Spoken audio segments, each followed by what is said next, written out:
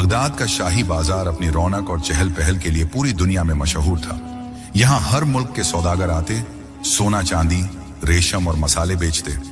अमीरों की गाड़ियां धूल उड़ाती हुई गुजरती और गरीबों की आहें उस शोर में कहीं दब कर रह जाती।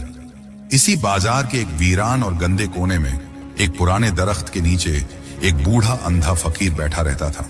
उसका नाम बाबा रहीम था। उसके चेहरे पर झुर्रियों का जाल था जो उसकी लंबी और कठिन जिंदगी की कहानी सुनाता था। उसकी आंखें बेनूर थीं, लेकिन उसके चेहरे पर एक अजीब सा सुकून था।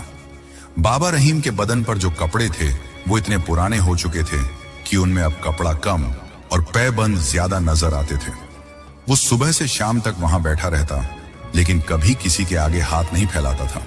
अगर कोई खुद आकर उसकी प्याली में कुछ डाल देता तो वो अल्लाह तेरा भला करे कह देता, और अगर कोई उसे धुतकार देता तो वो खामोश रहता। हैरत की बात यह थी कि बाजार के लोग उसे पागल नहीं बल्कि ईमानदार कहते थे।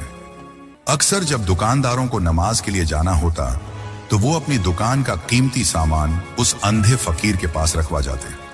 उन्हें यकीन था कि यह अंधा है, भाग नहीं सकता और बेईमान भी नहीं है।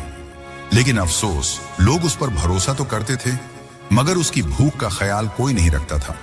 वो सबकी अमानतों की हिफाजत करता, लेकिन खुद अक्सर भूखे पेट सोता। एक दिन बगदाद का सुल्तान असफर भेष बदलकर अपनी रियाया का हाल जानने के लिए निकला। सुल्तान ने एक मामूली मुसाफिर का लिबास पहना हुआ था। उसके चेहरे पर धूल थी और कपड़े भी साधारण थे। घूमते घूमते सुल्तान की नजर उस बूढ़े अंधे फकीर पर पड़ी। सुल्तान ने देखा कि एक अमीर सौदागर आया।